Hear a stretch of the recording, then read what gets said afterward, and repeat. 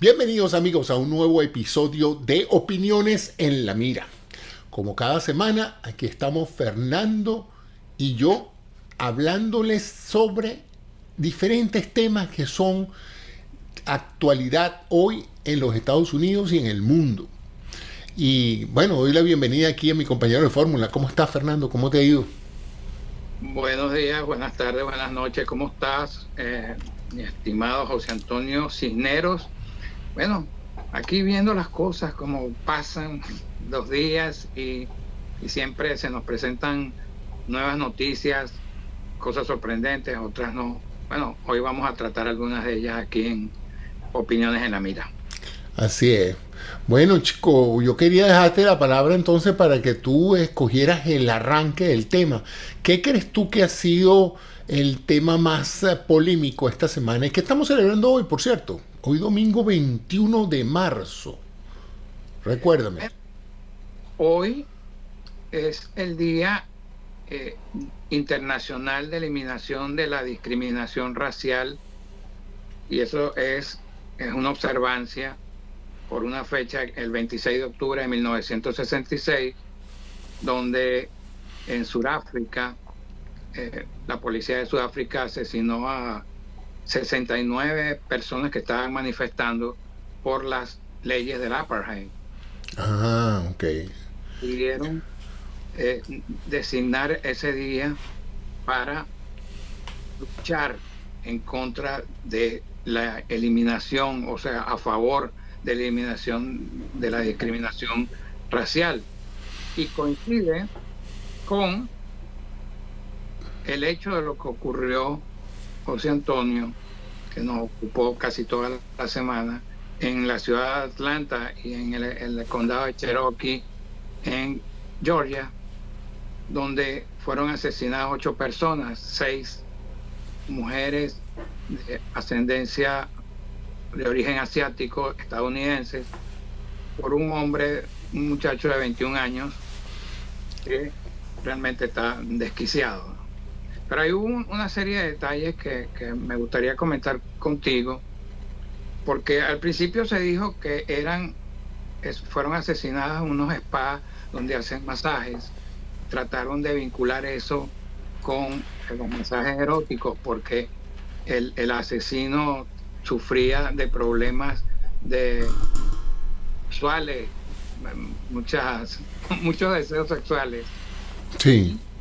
Y entonces pensaron que eran eso, pero yo creo que eso queda descartado al conocer quiénes eran las víctimas, porque si nosotros nos vamos a ver por las edades, asesinó a una señora que se llama Adelaina Joan, de 33 años de edad, el esposo es mexicano, a un señor que se llama Paul André Michael, de 54 años, fíjate las edades, después de Yahoy Tan, de 49 años, Dayo Fence, de Sí, 46, no son precisamente objetos sexuales, ¿no?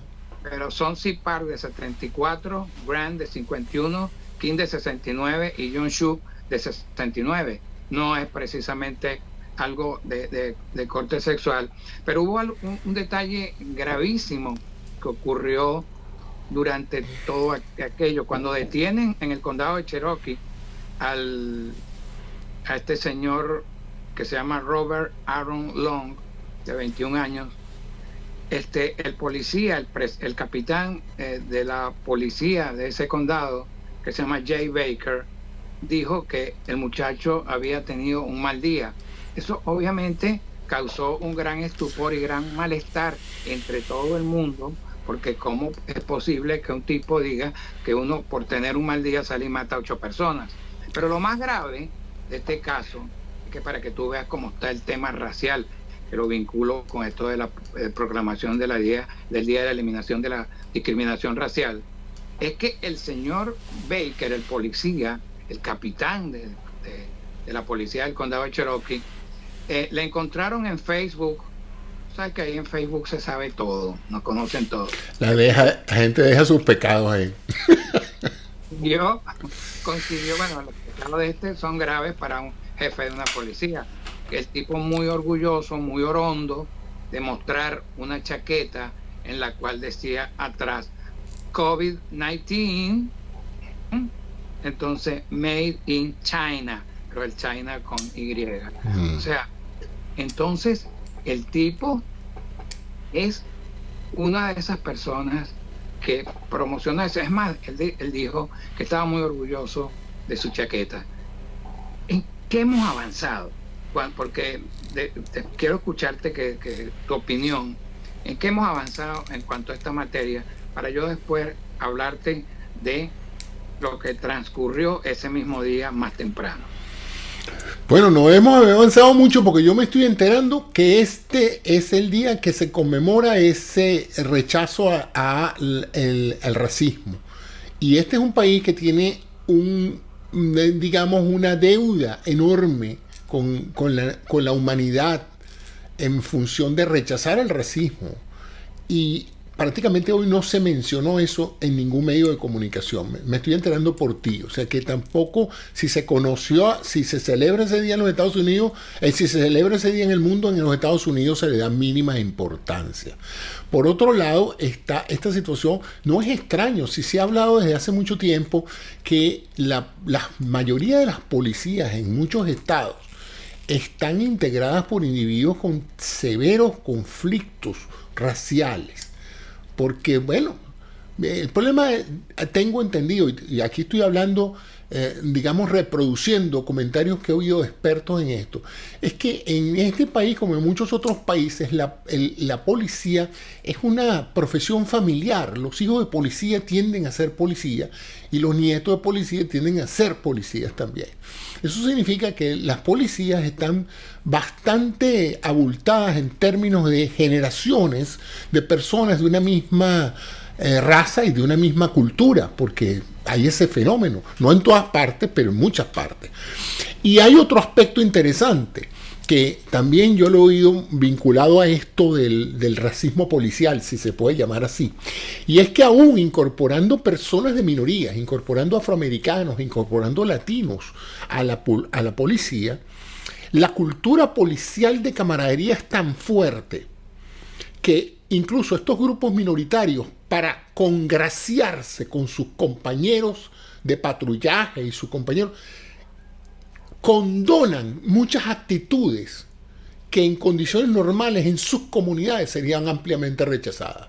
Y entonces esa es la razón por la cual tú has visto en muchos de estos casos terribles de agresión a minorías, que muchos de los policías que estaban participando en eso son minorías. Es un fenómeno bastante interesante. ¿Por qué, por ejemplo, un afroamericano podría actuar con violencia contra otro afroamericano? No nada más la violencia necesaria para arrestar a alguien, la violencia ya llegando a límites de delito. Y entonces una de las explicaciones que estos psicólogos daban es esa, pues, que aunque él tiene un compromiso racial con su misma raza, de gente que ha sido oprimida por muchas generaciones, también ahora adquirió un compromiso laboral por ser parte de los muchachos de la policía, ser blue. Entonces, hay ese fenómeno interesante. Fíjate que nosotros vivimos aquí en Miami, y en Miami pasa una cosa que a mí me ha llamado mucho la atención. Y he oído esos comentarios, y lo voy a decir libremente aquí, pues. Aquí la gente prefiere ser arrestado por un policía, detenido por cuestiones de tráfico, por un policía anglosajón que por un policía latino. Porque paradójicamente el policía anglosajón pareciera ser menos duro que el policía latino, con los latinos. Interesante eso, ¿no? Es un poquito lo mismo que se da cuando la gente viene llegando a Miami, que está escogiendo quién lo revisan en el puesto de seguridad e inmigración. Y las mujeres me han dicho que ellas prefieren que las inspeccione o un hombre o una mujer, pero que no sea latina o que no sea afroamericana. Entonces, pero bueno, ¿por qué? Debería ser una persona más sensible. Bueno, aparentemente no, y es un parte, los psicólogos dicen que es eso, pues. Hay una exageración de la sensación de camaradería para demostrar que tú eres parte del grupo. Y entonces en ese proceso pues se presentan esas variaciones que yo no estoy al cabo de saber qué tan tan relevantes sean, pero ya a mí me llama mucho la atención que en ese grupo de policías que atacaron al afroamericano ese había un asiático, había Entonces la integración de minorías en los grupos policiales pareciera no haber reducido, ¿estás entendiendo?, la agresividad hacia grupos por efectos raciales. Pero fíjate que hay un detalle importantísimo que juega, que es lo de la violencia verbal. Y ahí yo voy, mira, el 18 de marzo del año pasado, en una rueda de prensa en la Casa Blanca por el coronavirus, una periodista le preguntó a Donald Trump que había escuchado a un miembro de la Casa Blanca de hablar del virus del Kung Flu, o sea, Kung Flu por lo de la gripe. Sí. Y la respuesta que recibió esa periodista de parte de Trump fue que el virus chino, que nadie lo podía ocultar, que venía de China, que él no pensaba que cuando él lo decía podía dañar a la comunidad asiática estadounidense, y todo aquello justificó eso. Y la mujer se lo repitió varias veces y el tipo dijo no, no y no, que para él no. En la mañana del pasado martes 16 de marzo, cuando ocurrieron esos asesinatos, el señor Trump, que debería tener la boca cerrada siendo un expresidente ya, apareció por Fox News de nuevo con el virus chino. Ya lo había dicho la semana anterior.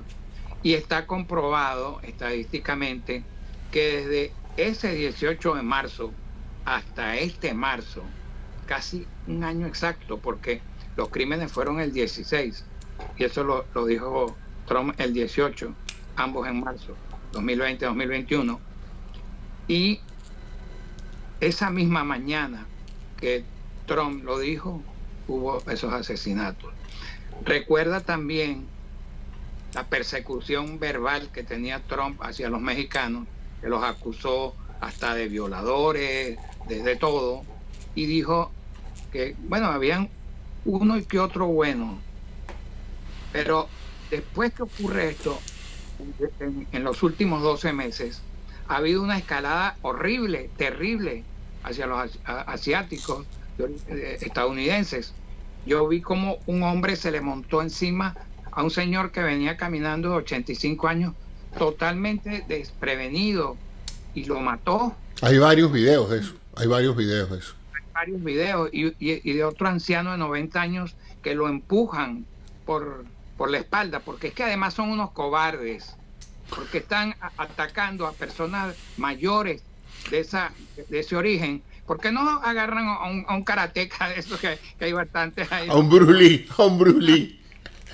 Sí, chicos, lo que pasa es que esta situación de Trump y sus seguidores, ese culto que se ha creado, y Trump ha entendido que la única manera de mantenerlos es seguirlos alimentando con esta retórica de agresión, de violencia. Entonces, bueno, esto se traslada en la declaración que acaba de hacer el recién nombrado secretario de Homeland Security, de que el principal enemigo actual de terrorismo de los Estados Unidos es interno, no es externo. Y está encabezado por este grupo de asociaciones de blancos nacionalistas, ultraderechistas y violentos, paramilitares, porque todos están armados hasta los dientes, ¿no? Y que se alimentan pues de esta retórica xenofóbica que dicta el presidente Trump ahora desde su cuartel general aquí en Florida. Pero bueno, hay otros aspectos. También hoy es el Día Mundial de mencionar a esa población, esa inmensa población también de personas, de seres humanos, de niños y de maravillosas personas que han sido afectados por un trastorno cromosómico que llamamos el síndrome de Down y que de alguna manera crea un estigma no solamente para ellos, sino para sus familias. Entonces hoy es el día del awareness, ¿no? de la concientización de que estos son seres humanos que debidamente educados, debidamente entrenados, debidamente queridos y amados y comprendidos, pueden ser ciudadanos útiles y felices. Entonces, eso es el mensaje de hoy en el Día Internacional del Síndrome de Down, la trisomía 21, como se conoce en el mundo médico. Entonces, te cuento algo sobre una anécdota. Yo trabajaba en el diario El Universal y tenía un jefe que era muy incómodo, más incómodo que Randy Johnson, que era un pitcher que no le podía batear nadie. Entonces, el hombre un día me envía a mí a hacer un trabajo en una piscina donde estaban muchachos de síndrome de Down. Y te digo, pasé uno de los días más maravillosos como periodista, lo pasé cubriendo esa noticia, la saqué esa información en toda una página, disfruté muchísimo, son personas maravillosas, de verdad, y lejos de el tipo de pretender castigarme. Cuando entré a la redacción le dije, cuando tengas otra noticia de esas, otra nota que quieras que cubra, yo porque la verdad que fue maravillosa la experiencia. En los últimos años hemos descubierto que con una adecuada estimulación y comprendiendo un poco el mundo de ellos y despojándonos nosotros de todos esos prejuicios que le damos al aspecto físico de las personas, estas personas son increíblemente potenciales, es decir, pueden desarrollar habilidades de todo tipo, desde habilidades atléticas hasta habilidades cognitivas que les permitan tener empleos y desarrollar una vida bastante más normal que la de muchas personas que lucen muy bonitos, ¿no? Así es que es importante, pues, esa concientización de que no debemos de una manera u otra prejuzgar o profetizar el destino de estos seres maravillosos. Pero bueno, hablaremos entonces de otras cosas. Estamos hablando también de que esta semana la administración Biden ha hecho 2 actos interesantes que tienen repercusiones internacionales. No sé si el primero o el segundo se le hizo una entrevista por un periodista norteamericano a el presidente Biden, hablando de muchos temas de política exterior, etcétera. Y súbitamente el periodista se le ocurrió preguntarle le lanzó esta recta al centro, ¿no? Y le dijo, Biden, ¿usted cree que Putin es un criminal? Una pregunta que típicamente es una pregunta de sí o no, porque no es una pregunta que se presta formulada así, no es una pregunta que se preste a otras 2 respuestas. Un político hábil hubiera, tú sabes, ¿no? Como que dicen, abanicado, yo no sé en béisbol, pero hubiera tratado lo posible de evitar el strike, ¿no? Porque era un strike al pecho, ¿no? Y Biden, sorprendentemente para muchas personas que lo conocen y conocen su trayectoria, porque fue un hombre experimentado como vicepresidente y ha estado toda la vida respondiendo preguntas de periodistas, un hombre con una gran experiencia, dijo sí, él es un criminal. Eso dejó pasmado a todo el mundo, ¿no? Porque es una respuesta que puede en un momento dado llenarnos de gran satisfacción, porque podemos decir, por fin se lo dijo directamente, chico, se lo dijo en su cara, ¿no? Pero que tiene una gran cantidad de repercusiones a la hora de pensar, bueno, y entonces, ¿cómo a partir de ese planteamiento donde de entrada, una persona con la cual tarde o temprano los 2 mandatarios van a tener que sentarse a negociar una cantidad de elementos de tipo estratégico, bombas nucleares, yo qué sé, problemas de sanciones, todo ese tipo de cosas, y de entrada tú comienzas la negociación llamando criminal al otro? Puede que tengas razón, la pregunta era que se hacen todos los analistas había que decirlo. ¿Qué piensas tú de ese arranque para hablar, pues para especular un poquito de si fue algo que lo agarró por sorpresa y probablemente Biden 3 segundos después diría, ay Dios mío, ¿para qué habré dicho yo eso, no? Creo que Porque sí, no creo ahora me metí en un problemón porque ahora, ¿cómo hago para ver a este señor de frente, no? O la no otra creo. es, como dice ¿cómo que se llamaba aquel comiquita? Eso estaba cuidadosamente planeado, ¿no? ¿Qué Mira, piensas tú? no creo que eso se haya arrepentido de lo que dijo. Y yo vi la entrevista. El periodista de ABC News le pregunta a él, ¿tú piensas que este señor Putin es un killer, un Un asesino, asesino. Es un colmo, ¿no? criminal, un killer? Y No, él no dijo, dijo que un vagabundo, un asesino, no, pues. El tipo ha y él matado dijo, gente, ¿no? I do. No dijo, sí, para mí sí es un asesino, dijo I do. Pero después él le dice que tiene que pagar sus crímenes, o sea, que tiene que pagar las cosas que ha hecho. ¿Por qué no? Yo creo que esa respuesta era la correcta, te lo voy a decir. Días antes, como 2 días antes, se dio a conocer el último informe que se desclasificó de lo que intentó Rusia de nuevo de estorbar, de vulnerar las elecciones presidenciales de 2020 a favor de Donald Trump. Lo hicieron en el 2016 y le salió bien, y lo intentaron en esta oportunidad de nuevo y falló. De todo el mundo sabe todo lo que ha hecho Putin, matando gente con venenos en todas partes, cómo tiene a su país, cómo tiene presos políticos en Rusia. Todo el mundo sabe que es un criminal. Yo creo que el presidente Biden hizo un ejercicio de decir la verdad al pueblo estadounidense, decir la verdad al mundo. Y no solo eso, Biden quiere que el tipo pague, porque las elecciones en Estados Unidos tienen que ser sagradas. Es el mecanismo principal que tiene una democracia, y no se puede permitir que un dictador de Rusia venga a alterar aquí la vida de los estadounidenses y su sistema democrático. Aplaudo a Joe Biden. No, Aplaudo. yo también aplaudo su asertividad, por ponerlo de ese modo, ¿no? Pero siendo un poquito de abogado del diablo, lo mismo pueden decir los iraníes cuando les tumbaron su democracia a favor del Shah de Irán. Y eso lo hicieron los ingleses y los americanos. Y este país ha sido acusado formalmente y con mea culpa.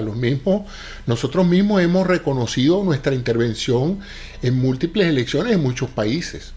Entonces, una de las cosas que Estados Unidos tiene dificultad a veces en presentar su caso a nivel internacional es ese famoso cuento de que el que tiene techo de vidrio que no lance la primera piedra.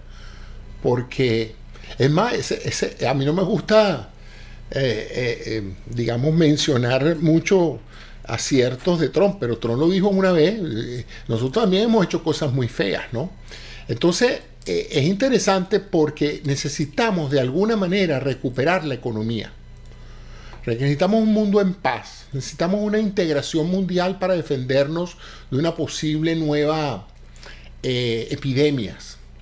Necesitamos recuperar la confianza internacional para bajar un poquito la presión que se ha generado en términos de esta tremenda diferencia en los procesos de vacunación y esta tremenda diferencia en términos de la distribución de recursos entre países ricos y pobres.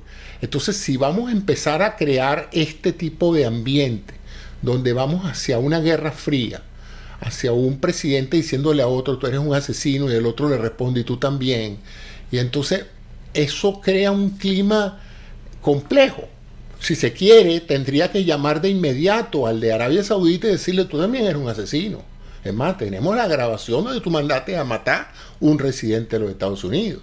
O sea, ¿entiendes? El problema es que cuando uno se mete, una cosa son las cosas que se puede permitir un ciudadano como tú y como yo, otra cosa son las que se puede permitir un parlamentario, y muchas menos cosas se puede permitir un presidente. Eso es como cuando uno es un CEO de una empresa. Tú puedes decir lo que te dé la gana y caerte a palos y lo que sea. Pero cuando tú eres un CEO de una empresa importante, tú haces la misma gracia y las acciones de la bolsa tuya caen. Y te llama el board de directores y te dice, mire, doctor Cisneros, usted realmente no está para estar diciendo esas cosas en radio. Pero fíjate una cosa, José Antonio. A pesar de que sean verdad, yo no estoy poniendo en ningún momento en duda eso. Este episodio. ¿Ah? Sucedió ese episodio. No hubo ni un crack en ninguna bolsa del mundo.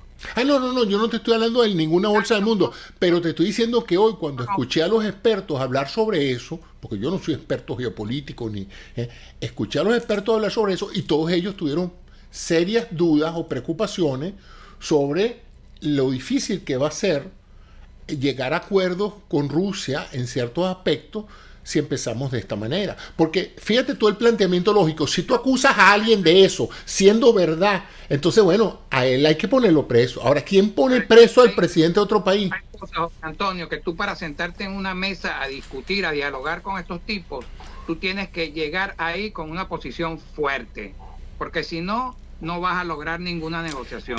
Sí, pero es que yo no, esa era la duda, que la duda es que tú no logras ninguna posición fuerte planteando eso de inicio. 4 años concediéndole al señor Putin, 4 años donde el presidente de Estados Unidos, que es una marioneta, él era una marioneta. Así es.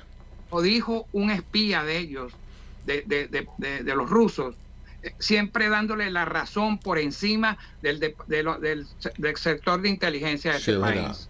Sí, es verdad. Y mintiendo, porque todos ellos se pusieron de acuerdo a finales del año pasado para decir que era China los que estaban interviniendo en las elecciones de Estados Unidos y era Rusia. Y lo dijo el fiscal general, lo dijo un montón de gente relacionada con... Bueno, los chinos también nos han atacado. Los últimos cyberattacks han sido chinos. Una de las claves. A nosotros nos está atacando todo el mundo, ¿vale? Yo no sé. ¿Qué habremos hecho? ¿Qué habremos hecho nosotros que nos ataca tanta gente? Bueno, mira, una de las claves, José Antonio, para tú sentarte en una mesa a dialogar es que tú tengas una posición firme. Para que se dé cuenta el Putin que de paso la economía de Rusia está muy mal. No es ni siquiera a nivel del ejército una cuestión que nos haga temer a nosotros. Más fuerte es China. Entonces yo lo que te digo es lo siguiente. Vamos para que entienda Putin que si se va a sentar con Estados Unidos a negociar el tratado de nuclear y todo aquello, que hay una posición firme en contra de él. Pero eso está claro y eso se puede expresar sin necesidad de llegar a esos extremos, porque después que tú declaras una cosa como esa, ¿qué otra cosa te queda? Ir y ponerlo preso y ya está, porque ¿qué más vas a hacer? Después te vas a sentar a negociar con un criminal. Es una cuestión a nivel... Mira, es el mismo, en términos venezolanos se presenta el mismo caso. Cuando llegaron ya definitivamente a ponerle un cartelón de búsqueda a Nicolás Maduro, está muy bien, todos sabemos que Maduro es un criminal, todos sabemos lo que ha hecho, todos sabemos la culpabilidad que tiene, están los expedientes, están las evidencias, pero después que tú dices eso, tú no puedes ir a negociar una transición con Maduro. Porque entonces quedas muy mal negociando con un criminal, ¿me explico? Entonces, claro, con Maduro yo no creo que haya ninguna esperanza de negociar. Pero en el caso de Rusia, la cosa no es tan sencilla.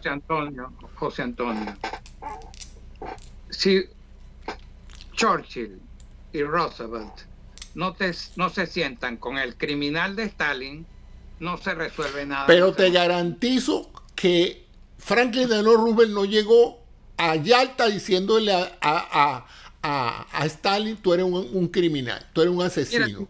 Mira, te garantizo que no lo hizo.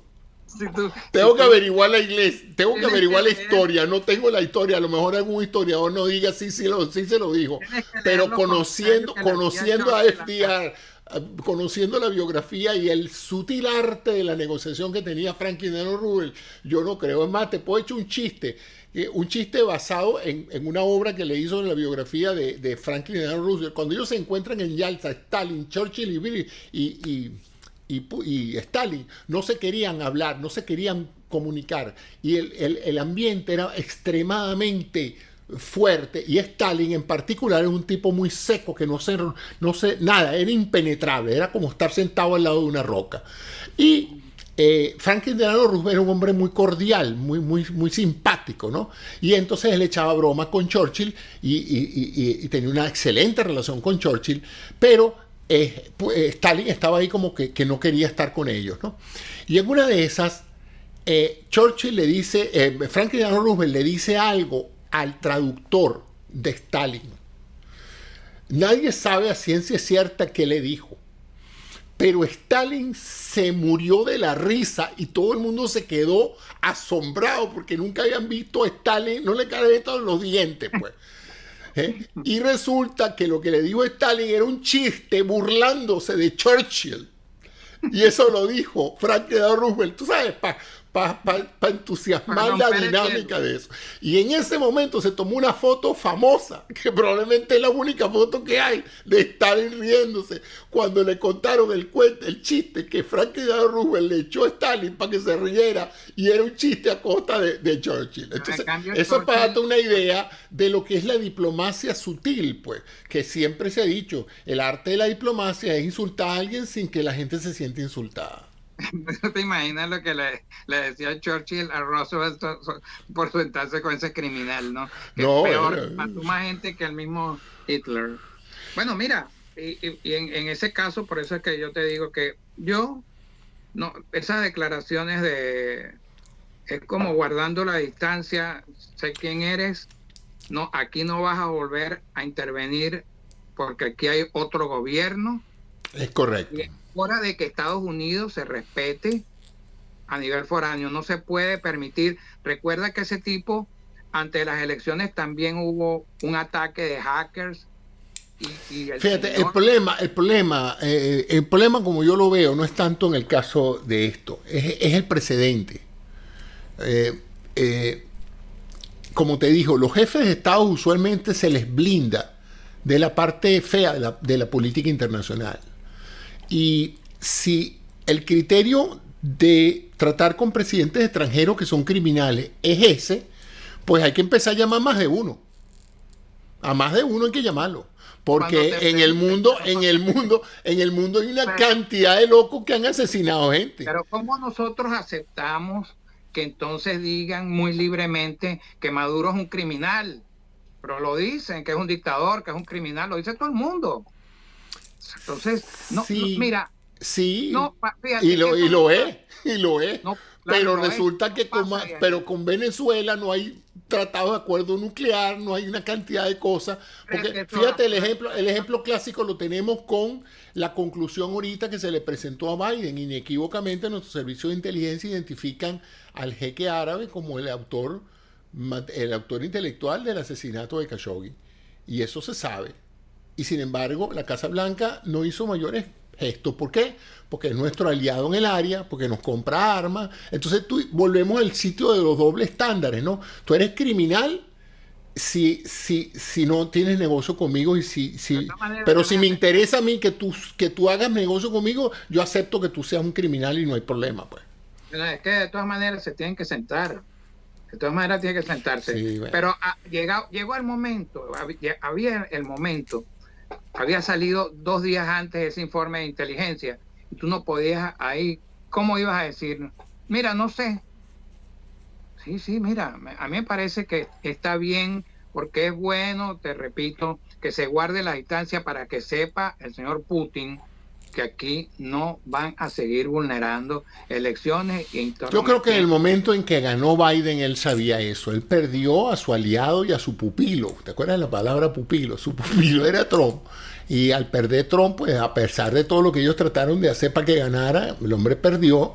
Y bueno, ahora hay un nuevo sheriff. Pero bueno, vamos a ver. La otra cosa que también es válido mencionar esta semana es la posición de nuestro secretario de Estado en la primera reunión cara a cara con representantes chinos. Parece que también fue caliente la cosa, ¿no? Y bueno, la situación con China es complicada porque China no solamente pues todos los aspectos políticos de derechos humanos, de, de crecimiento hegemónico sobre el mar de China, de la amenaza a Taiwán. Todos sabemos todo eso. Pero resulta que ese mismo país, ese mismo grupo de líderes, es nuestro principal socio comercial. Entonces, digamos que tenemos un socio como incómodo, ¿no? Un socio que por un lado, fíjate, hoy citaron una cifra que era interesante. En el tope de la Guerra Fría, el máximo nivel de negocio que hicimos con China fue de 5 billones de dólares en ese año. Y actualmente es de 5 billones de dólares diarios.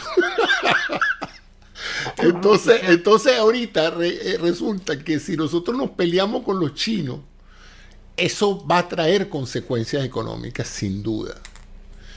Ahora fíjate, durante una de las grandes preocupaciones que tenían los economistas durante los 4 años pasados era poner en riesgo la bonanza económica que la heredó el señor Trump de Barack Obama. Así es. Ponerlo en riesgo con sus ataques a China, que eran unos ataques que parecían una onda sísmica, que bajaban y subían de acuerdo de la ocasión, porque yo recuerdo que en enero en Davos, en el foro de Davos, Trump dijo que ellos se amaban, que él y Jinping se amaban. Después comenzó con el tema del virus chino y un día habló por teléfono con el tipo y dijo que chévere, que estaban trabajando juntos y todo. Le agradeció la colaboración, el envío de respiradores y de máscaras en enero y febrero. Estaba enamorado de los chinos. Sí, estaban enamorados, idilio, igual como pasó con el otro, ¿no? Hasta que sus asesores le dijeron, necesitamos un villano, señor presidente. Necesitamos a alguien a quien echarle la culpa. Ah, no, fueron los chinos. ¿Tú sabes dónde vino eso? Lee el libro de Bolton. Tú sabes que él le pide al chino que lo ayude a ganar las elecciones y entonces lo iba a poner a favorecer para vender sus mandarinas y todas, no sé si la venden aquí, ¿no? Entonces el chino parece que no quiso. Ellos, fíjate que en el informe de inteligencia dicen que ellos lo pensaron, pero decidieron no meterse en eso, para que después no tuvieran en boca de ellos de que habían interferido en las elecciones, como ha pasado con Rusia. Entonces, naturalmente que eso para Trump fue gravísimo, porque a Trump no le interesaba más nada sino ganar las elecciones. Así es. Solamente vacunó a 20,000 personas y ya... Para salir del hueco ese que tiene económico que vamos a descubrir en las próximas semanas. Esas cuentas por cobrar que tiene él. Ojalá que salgan todas, porque el fiscal de Manhattan, dado las cifras que ha visto y de los indicios y de lo que él supo, habla de que esa organización era una organización criminal. Yo quería dar el cambio porque quiero que tú me hables de esto que te voy a decir. Dígalo, pregunte. Que usualmente yo no sé. Tú eres el embajador, el alcalde de allá de Miami para opiniones en la mira. Mira, un desastre lo que yo he visto en estos días en Miami Beach. El alcalde de la ciudad, Dan Helberg, se vio en la obligación de decretar un estado de emergencia y un toque de queda por 72 horas y cerrar todas las vías hacia las playas más bonitas que tiene Miami Beach para detener la locura que está pasando ahí. Decretó el toque de queda y lo más grave, ayer eran más de 100 personas saliendo, violando ese decreto y hubo un enfrentamiento hoy. ¿Qué pasa ahí? ¿Dónde queda la cabeza de esas personas si estamos sumergidos todavía en una pandemia? Que no podemos perder lo que se ha adelantado, lo que se ha logrado. Hay unas variantes del virus que son muy contagiosas, que están poniendo en peligro ese descenso de los nuevos casos, de las hospitalizaciones, de los fallecidos. ¿Cómo es posible que salgan estos muchachos y se pasen por el arco del triunfo? Todo eso. Que no les importa la vida de sus amigos, de sus familiares, de sus padres. ¿Qué pasa en eso? Hay que concluir que no. Y hay que entender siempre que un país como este es un país muy complejo, donde no hay un solo grupo que predomina y que a quien se le pueden dar atributos extrapolables al resto de la población. Aquí hay jóvenes y hay jóvenes. Hay jóvenes brillantes que estudian, que salen adelante, que se meten en carrera, que son emprendedores. Y por otro lado hay jóvenes que pasan el día en drogas, en jugando videojuegos y entreteniéndose con TikTok. Hay esas dos juventudes. Y hay una juventud que son, como dicen aquí, party animals, animales de fiestas. Son las personas que se empipan una botella de vodka, que se la toman de un solo golpe. Son las personas que se desnudan, que gritan, que abusan de la libertad que tienen. Y cada año se presenta aquí un fenómeno social que es relativamente nuevo. A través de la historia americana, el spring break, las vacaciones de primavera, eran un momento especial, un intervalo del año, en el cual la juventud salía a recibir la primavera, el buen tiempo, el buen clima. Salimos del invierno, vamos a entrar en primavera, vamos a cambiar el clima, vamos a ejercer la libertad de poder salir de estas casas donde hemos estado confinados por razones de la nieve y de las bajas temperaturas. Pero con el tiempo eso se ha volcado a ser un acto de rebeldía contra la autoridad, contra los padres, etc. Y no solamente aquí en los Estados Unidos. Cancún puede ser testigo de la cantidad de olas que cada año vienen de jóvenes americanos que van a volverse locos en Cancún y en otras partes de recreación en el trópico, ¿no? Entonces, aquí ya de por sí el Spring Break era un momento en que la gente de Miami Beach se iba de Miami Beach. Pasa un poquito como el Carnaval de Río. Tú sabes que la gente de Río, en el Carnaval de Río, se va de Río. Por una razón muy sencilla. La gente que viene a celebrar el Carnaval arman un desastre en Río. Entonces, a menos que tú seas una persona muy privilegiada, que tengas acceso a ciertas suites en el Sambódromo, tú prefieres pasar el Carnaval de Río fuera de Río, para evitar el desastre, los desastres en las calles, todo eso. Pero eso forma parte del atractivo turístico de eso. Lo mismo pasa en New Orleans, lo mismo pasa en Fort Lauderdale. Cada año muchos jóvenes de otras partes de los Estados Unidos se convergen aquí y se vuelven locos por varios días o semanas, abusando del alcohol, de las drogas, disfrutando las playas y en fiestas sin fin, pues. Fiestas que se enlazan la de la noche con la de la mañana y la cosa continúa. Este año en particular yo presumo que la idea era, el motivo era celebrar que salimos del virus, que celebrar que ya tenemos vacuna, celebrar que ya mi papá y a mi abuelo lo vacunaron. Y motivo por el cual se ha producido lo que se ha producido aquí, que se debe estar produciendo también en otras áreas costeras de los Estados Unidos. Es un fenómeno sociológico, es un fenómeno cultural, es un problema policial, porque la policía no haya qué hacer, no se dan abasto, el tráfico es insoportable. Ya desde hace varios días me dijeron: José, no vengas por Miami Beach ni que te inviten para nada, no te presentes por aquí, porque esto está caótico, el tráfico y el party, y ahora tú me dices eso. Bueno, eso es la realidad. Entonces ese es el comentario que te puedo hacer por eso. Pero mira, Biden cumplió y por adelantado. Teníamos previsto 100 millones de vacunas en 100 días y resulta que en el día 58 el hombre ya lleva más de 100 millones de vacunas. Estamos vacunando sobre los 2.4 millones diarios. Así es que vamos empipados para que probablemente, como él dijo, para fines de mayo todo el que necesite una vacuna la va a tener. Ya se está vacunando en los supermercados, en las farmacias. Y los centros de vacunación están en toda marcha y a pesar de que todavía no se ha hecho fácil conseguir la cita, si usted cuadra el día en que se hace la apertura del website, entra. Lo que pasa es que se agotan rápido como las entradas. Eso es como esos conciertos de Shakira que se venden en 2 horas. Bueno, esto es así igualito, ¿no? Se vende, el Publix abre su portal a las 7 de la mañana y a las 7:15 ya están llenas todas las citas de la semana, ¿no? Entonces, bueno, pero así es así con todo, en los conciertos y en este proceso de vacunación. Pero ya es increíble la cantidad de gente que me ha reportado que se ha vacunado sin problema. Ya está en circulación la vacuna de Johnson & Johnson. Ya hay evidencia de que todas ellas son 100% eficaces para efecto de la enfermedad grave y para prevenir la muerte. En otras palabras, la diferencia de la vacuna es estrictamente en el proceso de adquisición del virus, pero todas son efectivas 100% hasta ahora para evitar que usted se enferme gravemente o se muera de COVID.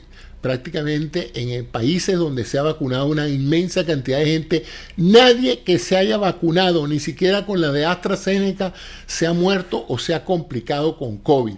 Y eso debe llamarnos a la reflexión de que la cosa ha funcionado. Una pregunta sobre esa vacuna AstraZeneca. Yo estaba escuchando el programa de un periodista español que se llama Fernando Díaz Villanueva. Y a él lo llama un farmacéutico y están hablando de esa vacuna. Y él le comenta a este periodista, que tiene un programa muy bueno, le pregunta que, le dice que todos los farmacéuticos que trabajan con él, que son 6, se vacunaron con esa vacuna y todo normal. Pasamos nuestros 2 días de fiebre y dolores musculares y todo normal. Pero espérate, eso no es normal en estas vacunas de Pfizer y Moderna.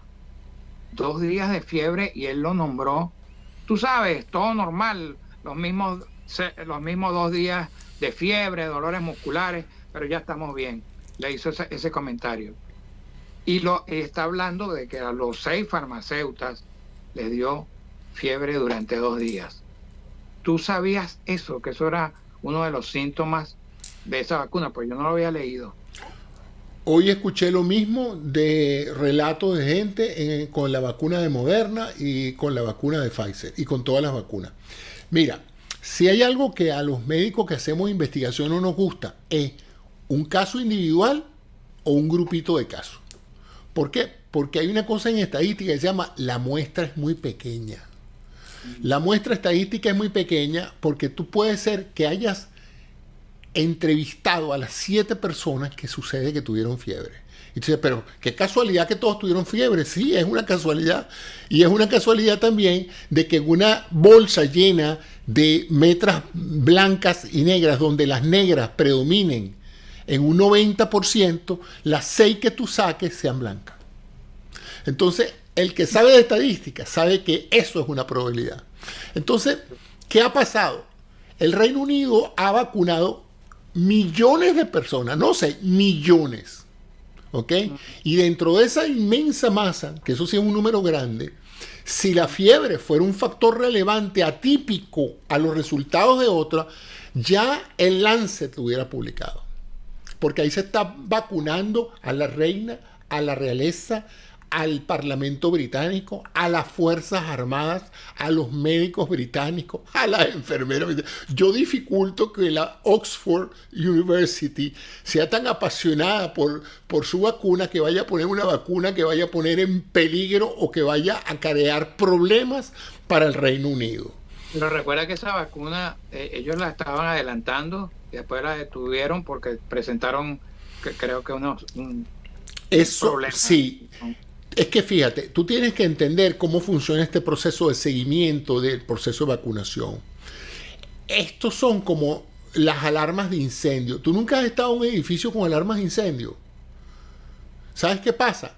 Los edificios con alarmas de incendio o con simulacros de incendio, prácticamente 7, 8 veces al año, tú tienes que suena la alarma de incendio y no hay incendio. En otras palabras, son dispositivos que alertan de inmediato cuando a lo mejor esa alerta no representa un verdadero riesgo. tu casa no tiene los aparaticos esos. Sí, y aquí más de una vez se ha disparado la alarma en mi casa y enseguida están cocinando. Cualquier cosa. Y de repente tú oyes que la misma gente que te advirtió que empezaras a salir del edificio te llama, es una falsa alarma, o no se preocupe, no hay que evacuar el edificio, etcétera, etcétera. Entonces, igual pasa con estos dispositivos. Toda la gente que ha sido vacunada ha sido informada de que si les pasa algo, ellos tienen que notificarlo obligatoriamente a las autoridades. Si les pasa algo anormal, no una fiebrecita, no un malestarcito. Si yo mañana empiezo a convulsivar, la persona que me lleva a mí al hospital o la gente del hospital cuando me reciba tiene que llamar de inmediato al CDC y decirle que hay un paciente vacunado con Pfizer hace 2-3 semanas o ahorita, hace media hora, que está convulsivando. Si esos fenómenos acontecen con cierta frecuencia en poco tiempo, se dispara la alerta. Paren la vacunación. ¿Cuál era el lote que tenía el doctor? El 345. No vacune a nadie que tenga el lote con el 345. Hasta que averigüemos si el doctor está convulsivando por la vacuna. Entonces, media hora después vienen los investigadores. ¿Qué pasó? No, es que el doctor es epiléptico. Ah, él es epiléptico, sí. Y él estaba tomando su agente anticonvulsivante. No, si tenía 2 semanas que no lo conseguía, Y, bueno, entonces, no, esto no tiene nada que ver con la vacuna. Este es un paciente epiléptico que convulsivó porque tiene epilepsia. Entonces, fíjate tú, el caso en Europa fue que al menos 11 pacientes en Dinamarca presentaron tromboembolismo. Inmediatamente se disparó la alarma. Paren la vacunación en Dinamarca. Paren la vacunación en Dinamarca. Noruega, que está al ladito, dijo, paro la vacunación aquí porque yo no me arriesgo a que estos ciudadanos que aquí sí votan y si tienen importancia vayan a decir, bueno, pero ustedes no vieron lo que le pasó a los daneses y ustedes siguieron vacunando aquí. O sea, se disparó la alarma. Todo el mundo en alarma, se para la cosa. Que es lo que pasa en cualquier edificio, por eso te hice la analogía. ¿Qué pasa? Vienen los averiguadores, averiguan qué pasó. No, fue un mal dispositivo, no. Bueno, en este caso se estableció que por casualidad hay una... todos estos fenómenos no son nuevos. En toda sociedad, con o sin vacuna, se producen fenómenos de tromboembolismo pulmonar, miembros inferiores, etcétera, pacientes que están recibiendo cierta terapia. Hay muchas condiciones que generan esa enfermedad, que se produzcan coágulos que suban y creen embolismo. Se estableció que probabilísticamente eso era normal en la población en que se vacunaron y que la vacuna no tenía relación directa con el tromboembolismo y se restauró la vacunación. Lo que pasa es que vivimos en una situación mediática, Fernando, donde tú como periodista sabes que ahorita una noticia en segundos corre mundialmente, se hace viral. Más rápido se distribuyen las noticias que el COVID-19. O sea, es impresionante. Y tomando en cuenta el desconocimiento, porque todo el Entonces, la gente que está acostumbrada a esto no le extraña. Tú hablas de la fiebre. Muchas personas desarrollan fiebre, pero es que hay gente que desarrolla fiebre sin vacunarse. Tú nunca has levantado quebrantado. Tú nunca te has levantado y dicho, oye, yo creo que tengo calor, sube el aire acondicionado. Que mira, yo te voy a decir algo. Yo tengo y es fiebre. 18 años aquí. Y no has tenido fiebre. Y solamente me ha dado una gripe en 18 años. O sea que Estados Unidos es bueno como para prevenir la gripe, pues. Porque asocia, llegaste aquí Michigan. Señores con gripe, váyanse. Señores con gripe, váyanse a Michigan, que este señor tiene 18 años y este es mejor que la vacuna del flu. Que no se vengan. No, es que este razonamiento absurdo que tú inmediatamente detectaste es muy frecuente. Mucha gente dice, mira, es que yo me estaba tomando un jugo de guanábana y se me pasó la jaqueca. El jugo de guanábana es bueno para la jaqueca. O sea, el ser humano siempre hace esas correlaciones, asocia una cosa con otra que acontece al mismo tiempo y le atribuye lo que se llama causalidad. Causa. Esto es a causa de esto. La jaqueca se fue porque tomé jugo de guanábana. Ahora, en ciencia no podemos trabajar con casualidades. Tenemos que trabajar con resultados concretos. ¿Qué tantas personas en una muestra estadística que tomaron jugo de guanábana se mejoraron de la jaqueca? Si el porcentaje de eso es mayor que el azar, Porque ya te digo, tú te puedes quitar la jaqueca no solamente con jugo de nábana, con cualquiera. Si eso es mayor que el azar, entonces decimos con mayor razón si debe haber algo en el jugo de guanábana que de alguna u otra manera reduce la jaqueca. Pero si no encontramos una diferencia significativa, podemos decir simplemente, mira, fue casualidad que cuando te tomaste jugo de guanábana. Ahora viene el aspecto psicológico. Si tú crees que te quitas la jaqueca con jugo de nábana, mira, el jugo de nábana no te hace daño, tómatelo y mejora. ¿Qué es lo que pasa con muchos remedios naturales? Muchos remedios naturales son tan inofensivos que el paciente y el médico que sabe de ciencia no lo objeta, porque ¿para qué? Si el paciente con eso cree que se está mejorando, eso no le va a hacer mal. ¿Me explico? Si con agua te estás curando, agua sigue tomando. Eso es un lema médico. Si con agua te estás curando, doctor, mire, esa medicina que usted me mandó no sirvió, pero yo empecé a tomar cascos de guayaba y me mejoré. Señora, sigue tomando sus cascos de guayaba. Pero mire, ¿qué le dirías tú a una persona, que hay un montón, que se toma 30 cervezas y al día siguiente que amanece enfermo dice que fueron los pasapalos? Sin duda.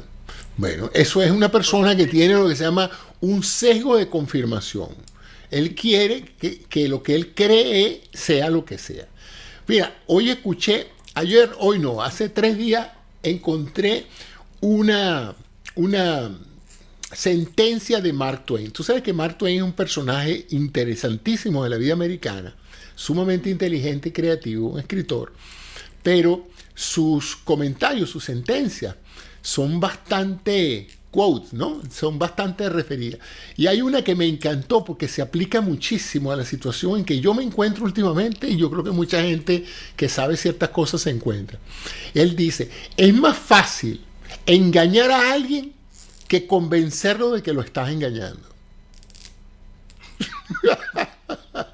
De ahí saca tú la conclusión. Es más fácil que yo te engañe a ti, a que tú aceptes mis razones de por qué te estoy engañando o de que te estoy engañando en realidad.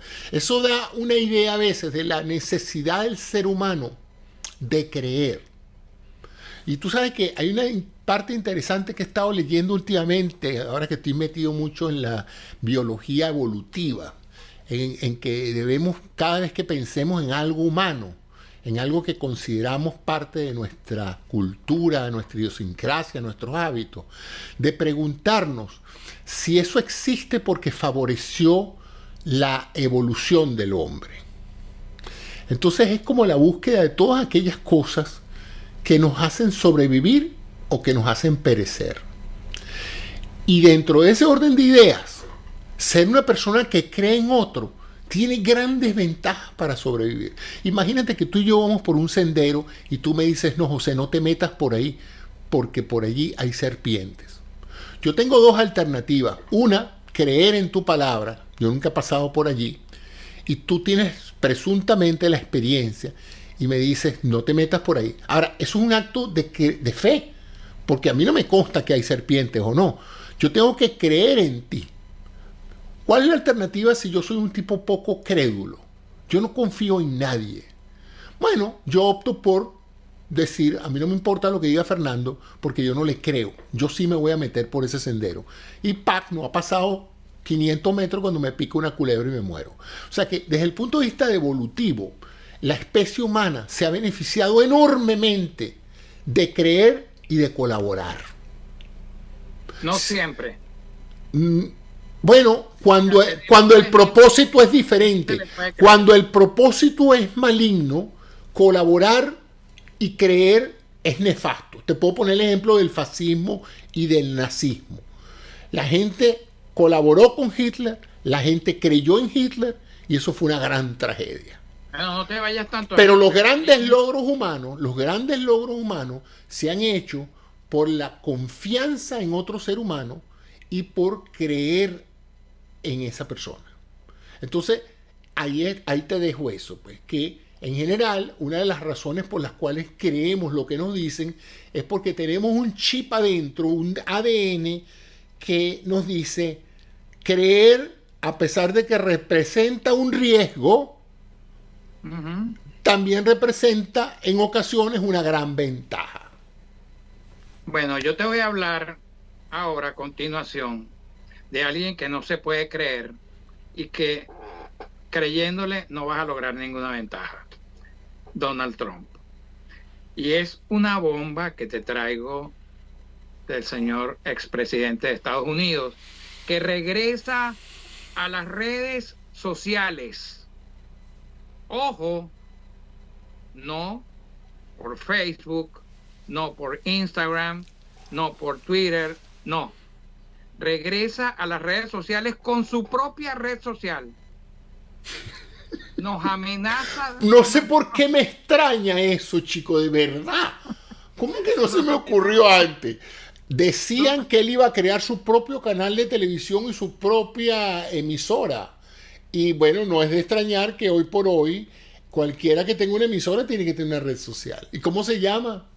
Mira, pero fíjate que es Jason Miller, que es un hombre que siempre él era asesor de hace muchos años de él, estuvo en la campaña, quien anunció hoy, esto es una primicia para Opiniones en la Mira. Hoy 21 de marzo, para que sepan lo que están oyendo. Hoy 21 de marzo, Donald Trump va a tener su propia red social en 2 o 3 meses. Y yo me tomé la libertad de afiliarte cuanto antes. No. De bautizarle la red social. Ajá. Se va a llamar Facebook. Uy, está buenísimo. Está buenísimo. Pero mira, chicos, eso son muy buenas noticias para los humoristas, porque tú sabes que una de las grandes calamidades que ha tenido los humoristas en estos últimos meses del año ha sido una ausencia de material para hacer chiste, ¿vale? Acuérdate que durante 4 años el humorismo y la parodia americana dependía de Trump como fuente de inspiración. Ahora sin Trump en los medios esto ha sido catastrófico. Yo veo los programas de noche, no hay chistes buenos, no hay parodias interesantes. Saturday Night Live bajo la sintonía. Así que esto es una muy buena noticia para todos aquellos humoristas que dependen de material sustancialmente excitante para comentarlo y hablarlo.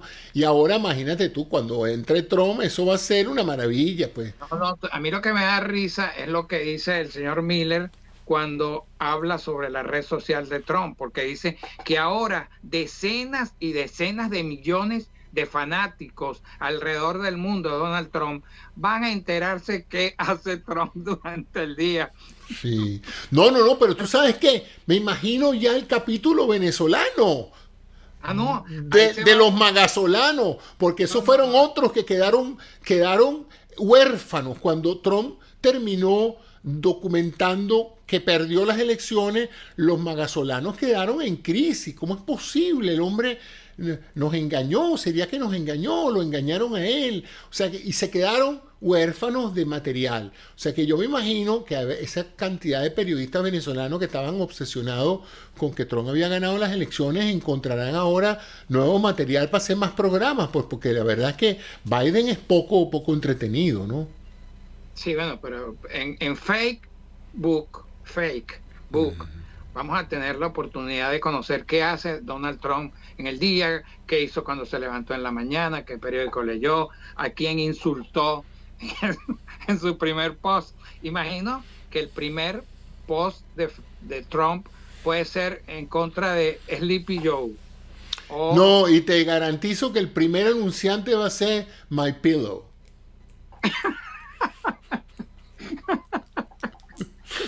El hombre de My Pillow, el hombre de la almohada. Para la cabeza. Bueno, a él lo volvieron loco, ¿no? Bueno, mira, Fernando, ya estamos llegando al final del episodio de hoy. Te agradezco muchísimo los comentarios y las opiniones que has compartido conmigo. Y seguiremos pues en esta lucha por invitar a nuestros que nos oyentes a que hagan viral estos videos, porque siempre son interesantes para aquellos venezolanos o aquellas personas hispanoamericanas que nos escuchan a través del idioma de Cervantes, compartir sus opiniones y sus criterios en base a las cosas que aquí Fernando y yo comentamos cada semana para que ustedes se suscriban a nuestro canal, reciban las notificaciones y nos dejen sus comentarios y notas para nosotros entonces encontrar diferentes puntos de vista válidos sobre los temas que abordamos. Muchas gracias a ustedes. Y bueno, Fernando, despide el programa, pues, que esta vez siempre lo hago yo, ahora lo vas a hacer tú. Bueno, muchas gracias a ustedes, por favor, nos ven, nos ponen sus likes, visítennos en la página de YouTube de Opiniones en la Mira, o a la página que hizo José Antonio, y los espero la próxima semana, los esperamos la próxima semana. Ahí estaremos. Muchas gracias, amigos, y feliz semana entrante. Hasta luego.